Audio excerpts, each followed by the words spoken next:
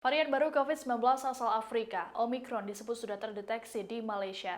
Varian Omicron ini disebut terdeteksi melalui seorang mahasiswa asing asal Afrika Selatan yang tiba di negeri jiran tersebut melalui Singapura.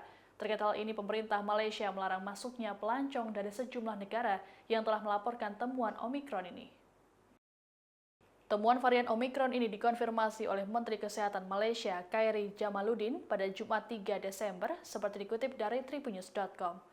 Khairy menjelaskan bahwa kasus pertama Omicron ini terdeteksi dari warga negara asing, bukan warga asli Malaysia.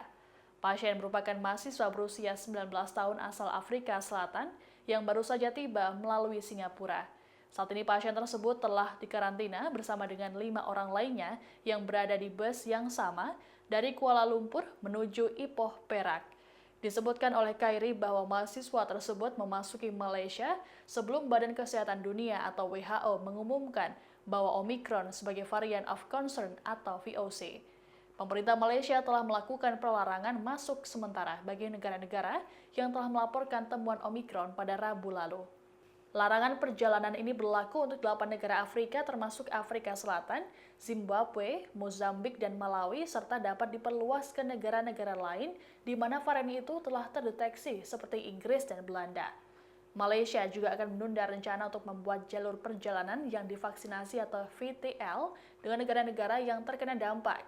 Tak hanya itu, negeri jiran ini juga akan menerapkan kembali kewajiban karantina bagi warga negaranya dan penduduk jangka panjang yang kembali dari luar negeri terlepas dari status vaksinasi mereka.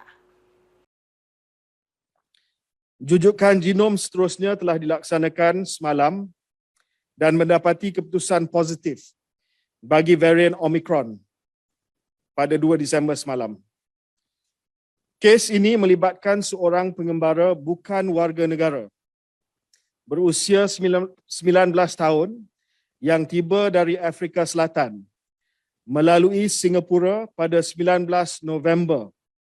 Ini adalah sebelum diumumkan VOC Omicron oleh WHO dan sebelum kita telah ketatkan sempadan kita dan tidak membenarkan warga negara daripada negara-negara tertentu masuk. This was before, ya.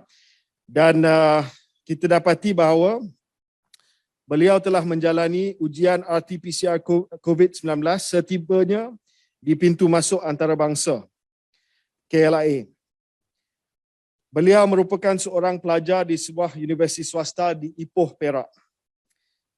Kes telah diberi perintah pengawasan dan pemerhatian di bawah Seksyen 15 Akta Pencegahan dan Pengawalan Penyakit Berjangkit Akta 342 dan kes tersebut telah menjalani kuarantin wajib di penginapan yang disediakan oleh pihak universiti beliau di Ipoh.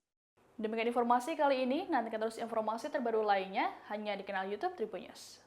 Terima kasih sudah nonton, jangan lupa like, subscribe, dan share ya!